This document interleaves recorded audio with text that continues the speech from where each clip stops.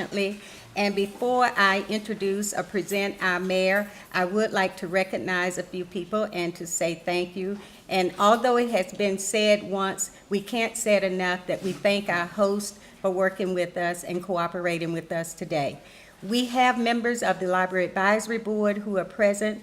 We have Gay Reed, who is our vice chair. Gay, if you stand quickly. And Rosalinda Martinez, who's our chair. Mindy Gant, District 4, and Barry from District 7. We also have Leslie Oliver, who is the President and CEO of the Library Foundation. So thank you all very much for being here. And now I bring to you the lady who knows all about and who is an advocate for learning, books, reading, and libraries. Yeah.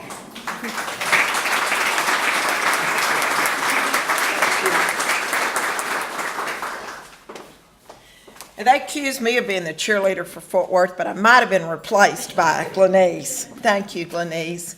It's great to see everybody here on this rainy morning, and I always begin my speeches by saying, howdy, y'all.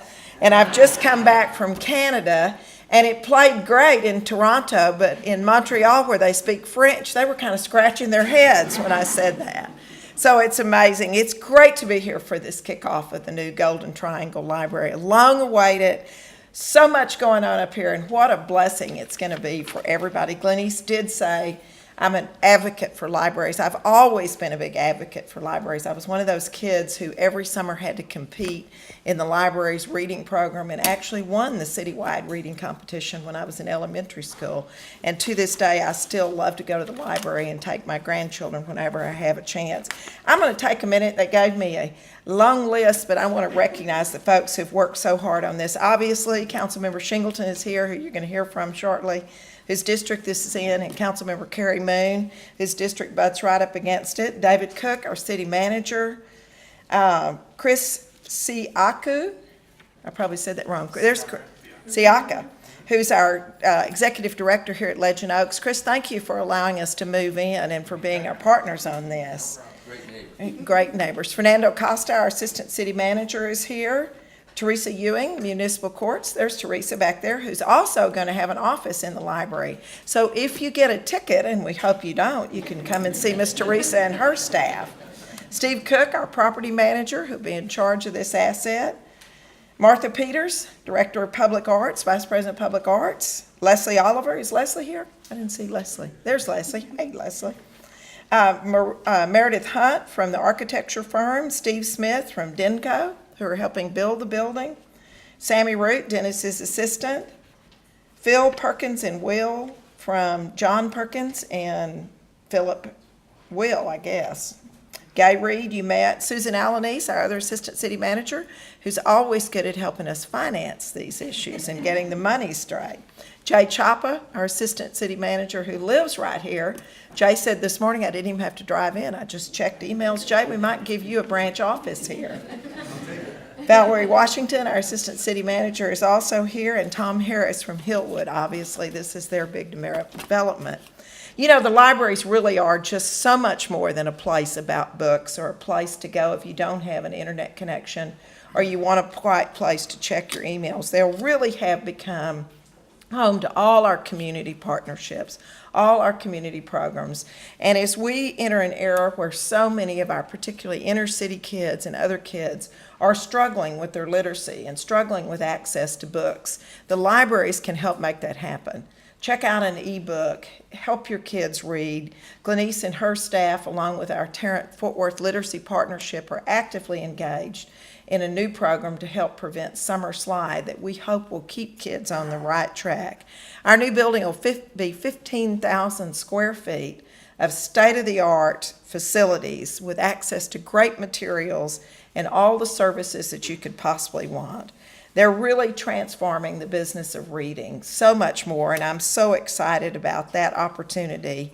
And the citizens approved this library in the 2014 bond election. So if you live here or a Fort Worth citizen, thank you for approving that. And everyone will thank you so much. We're just very excited about the opportunity to continue to draw north with our city services and add more and more to the people who live here, because Lord knows, we know you don't want to be on I-35, right? Now, Tom assures us we're going to have it finished in 2018, and you can get anywhere up here, right, for shopping and libraries, right, Tom? Yes, ma'am. He's ducking. All right, you heard him say that. But we're very, very pleased to be able to do this, and I'm really excited about the opportunity to be back in a few months to do the ribbon cutting. But in the meantime, make sure you all and all your children have a library card and that you're using that library card. And even if you're traveling, check out ebooks or check out books. Take them with you. Take them with your kids in the car, on the plane. Get them interested in reading. I actually read 2 books on this while I was gone to Canada, as well as all my briefing material on what I needed for my journey. It adds so much to the quality of your life. Take a look at the shovels that we're going to use for the groundbreaking shortly. Fort Worth ISD students did them for us. You will recognize many of the books that you enjoyed and your children have enjoyed or that you are passionate about. Keep up that lifelong desire for learning. We're excited to be able to do this. It's my pleasure now to introduce Councilmember Dennis Shingleton. Dennis, or Mayor Pro Tem. I should say Mayor Pro Tem Dennis Shingleton. That's right. Don't leave any notes up here because I'm liable to use them. Well, here. No, here, leave that up. Dennis has his paper. I have my iPad. Yes. Thank you. Good morning. I'm delighted to be here, and this is a welcome journey or welcome start to another journey when we break ground this morning on this library. This has been certainly a journey of some effort getting this resolved.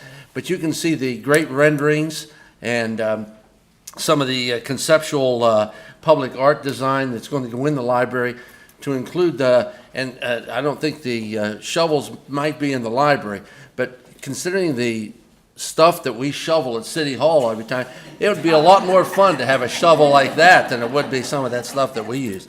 But these are, I was given the task this morning to discuss some of the building itself, and some of this is a little boring and things like that, so I'll go through this and try to beef it up a little bit. But this library has a very flexible layout.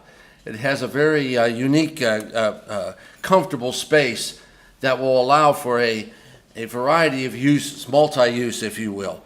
Everything from a municipal court, satellite court that the mayor briefly discussed, but it also will have educational rooms and workshop rooms and meeting spaces and all of those types of things that will engage the community, engage the neighborhood. And this is, in fact, in the middle of a neighborhood with this great new neighbor, Legends here, Legend Oaks here, that has allowed us for this purpose this morning to utilize their facility in the midst of Glenese's planning for this downpour that we had. But other than that, but the library itself has a lot of technology it's involved. And you can see this this large open space and some of the fun things. And one of the fun things is the public art design by Sara Lovas. That in itself, to get to this point with her, was a fun committee, a fun group that worked with it. And it's especially appealing to kids. So when the library's open and this public art is part of the design of the library, children will especially appreciate it.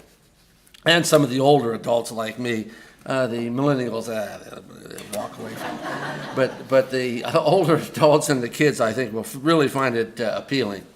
But it has workspaces for employees and a place that fosters a real positive outlook, a real sense of well-being there, to include all of the internet applications that are going in this building. So there's some facts here. And if the first person that yawns, then I'm going to cut it off here. This is a $9,125,000 project. With, as the mayor said, that's the 2014 bond package. $9.1 million. 15,000 square foot facility. And it's scheduled to open in the fall of 2018, which Carrie will still be here. I'm not sure that I'm advancing fast enough to But 50,000 books, DVDs, and CDs, and dedicated areas for children's workshops and story times and things with Wi-Fi, laptops, computers. All of these have dedicated spaces in the library itself. Well thought out, well designed. It has a one-stop customer service desk, not only for the library itself, but for city services and things like that around that the neighbors don't really have a real connection, but now they do, or they soon will. Meeting rooms that seat 100 and can be subdivided. And once again, the public art by Ms. Lovas. This is a real unique opportunity to advance her into Fort Worth. She has been doing some public art in Dallas and in other cities, and if you go on the internet and take a look at it, it really is unique, and it's really kind of a fun application of public art. So with that, that's kind of introduces that kind of reduces my contribution this morning to the renderings and the architectural design. Thank you very much. We are really looking forward to this. On this boulevard, which many of you remember 6 years ago, we had trouble getting a buggy down here, this street, but 6 or 8, I guess it was about 8 years ago. So this is a great benefit to this community, this neighborhood, this north area that keeps burgeoning and going for us. It's now my pleasure to introduce my colleague, Carrie Moon, District 4.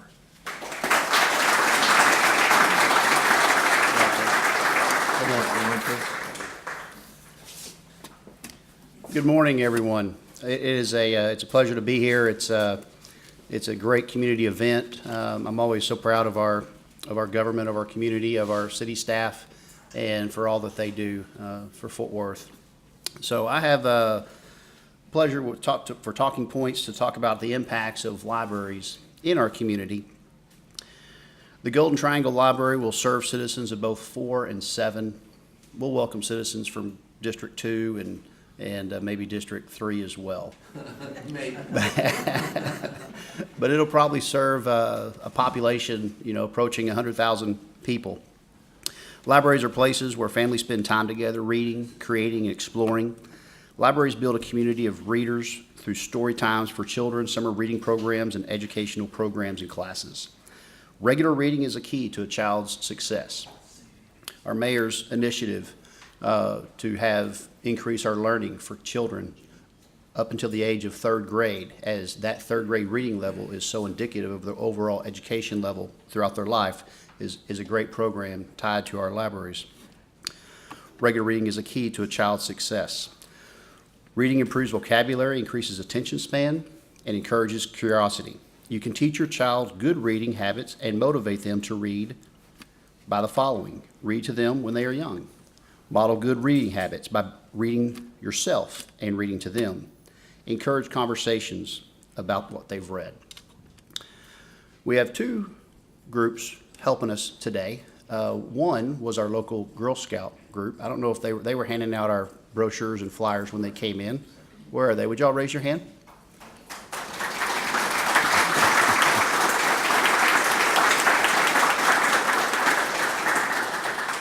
Thank y'all. Many of those children are students here locally. A couple of them went to Betty Pro Elementary. Natalie Hodges from Betty Pro Elementary, our art teacher there. Is Natalie here by chance? I don't know that she is. It was Disney World. Man. She passed up this. Where are her priorities? She had a great idea to allow children to decorate 12 shovels. And I want to recognize and correlate obviously to the title of a book. And I want to recognize those 12 children and the book titles. And they're all local students. Katie Lynn Carr, Lord of the Flies. Shovel number 2, Krista Cox, Feathers for Lunch. 3, Jessica Ferguson, Charlotte's Web. 4, Stephanie Greenwood, The Very Hungry Caterpillar. 5, Leah Hale, Alice in Wonderland. 6, Michaela Jairus, Dr. Seuss, Oh, the Places You'll Go.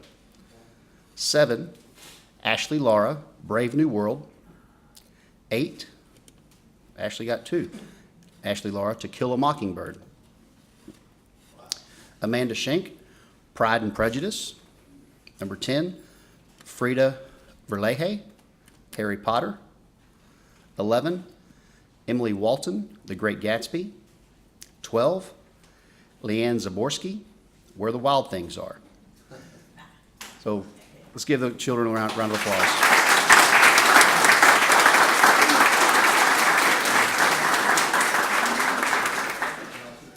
So with that, again, thank you all for being part of our community and celebrating the groundbreaking of this wonderful library.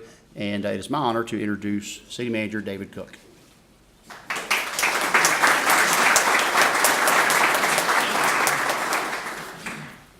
Good morning, everybody.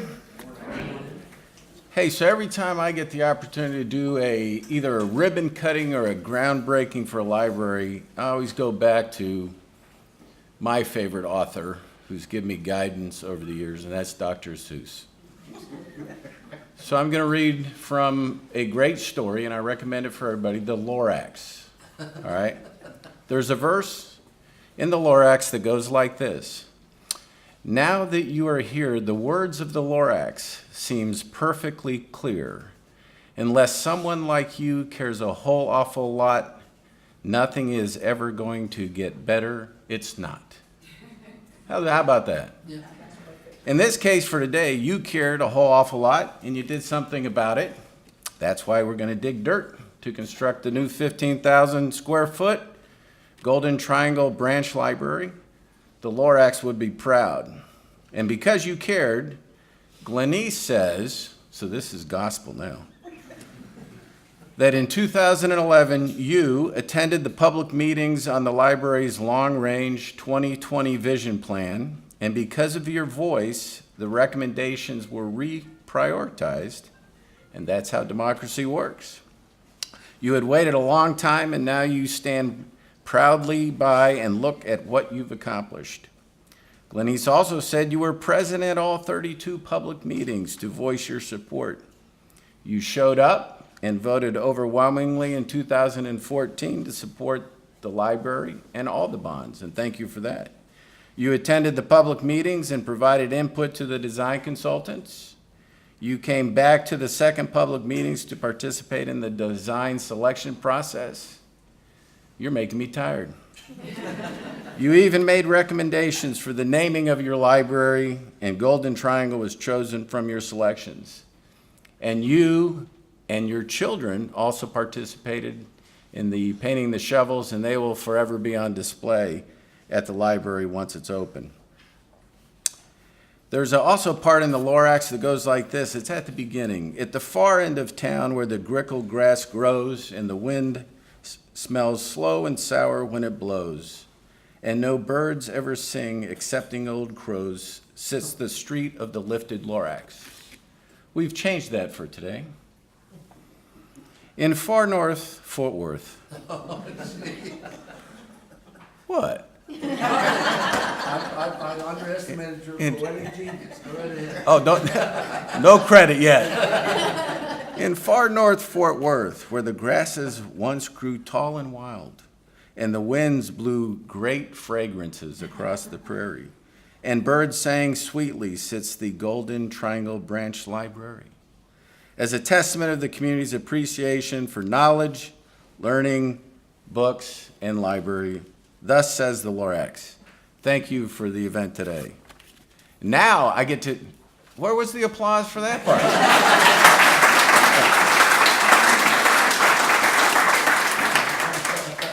I'm going to go back and be city manager now. I'm going to call up the mayor who's going to have the invitation for the dig-in. Well done, David. He really is an excellent city manager. Poetry might not be his gig, but he tried, right? So this is the time. It's really wet outside. I want me to stay in here and do a few shots. Okay.